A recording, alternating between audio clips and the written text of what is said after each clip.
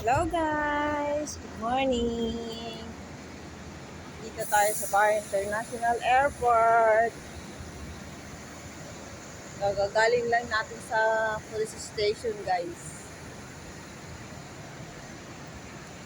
Kasi pinalo up natin yung ating final na case dun sa nangharas sa atin sa kalsada. Ang hirap ng ganito, may stress ka. Pero kailangan mong maging matatag dahil wala ka sa sarili mong bansa. Yan ang haras kasi sa akin dun sa kalsada guys. Na-videoan ko siya. So, kinomplain ko siya. Last Thursday, tinawag nila ako pero hindi ko nasagot. Kaya kinailangan ko pumunta sa police station. Yun lang pala, papadescribe nila yung tsura nung tao kasi hindi daw nila ma-found yung picture. Kasi nga, siya, Saudi yan.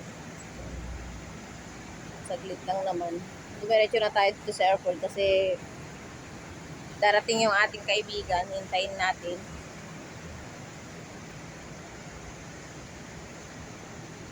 Papasok tayo saglit sa airport. Kasi oras na yata ng dating niya ngayon, 8:30 sabi is gate pa naman ngayon.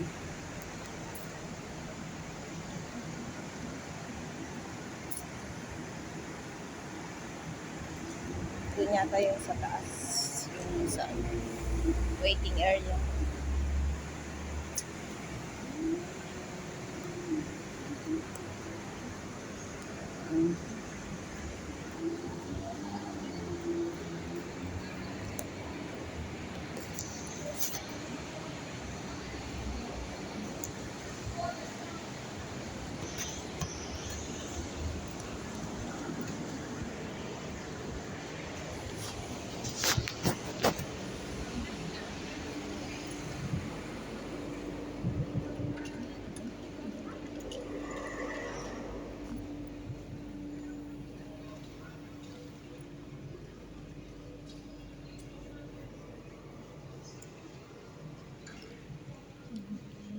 So check natin guys kung anong oras ng Dubai.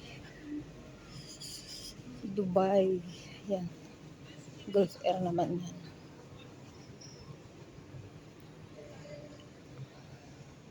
Abu Dhabi Etihad is 9:20 pa yung arrive. 9:20 ang arrive ng Abu Dhabi Etihad. So, mamaya pa pala siya guys.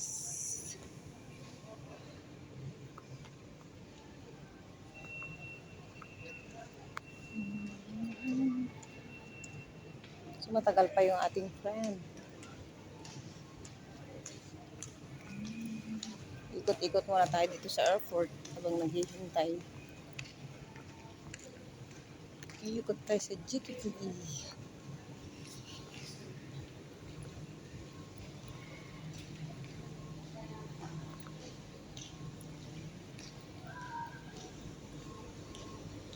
Ang ganda ng mga flowers.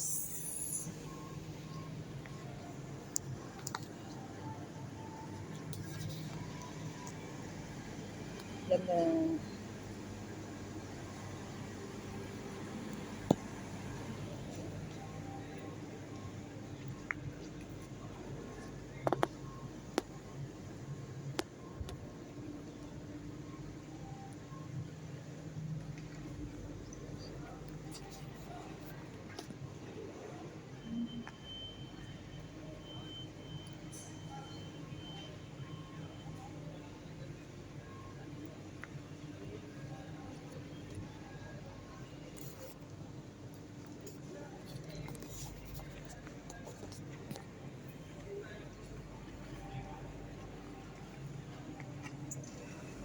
Wala guys, hindi pala natin kayang antayin yung friend natin kasi 9:20 pa yung 9:30 pa yung sigurado alas 10. So kailangan na natin lumarga sa ating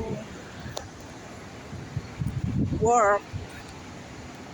Na-late na nga tayo dun sa work guys. Pero okay lang naman kasi sinabi ko naman kahapon sa amo ko na malilit ako ngayon. Gawa nga na mga importante akong lalakarin. Sa labas ng airport yun, guys. Lumabas na tayo.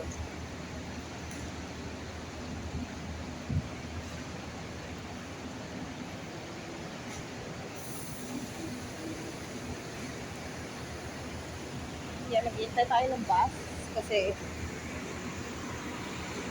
maaga pa naman, kaya pa natin ahabulin yung 9 o'clock dun sa work.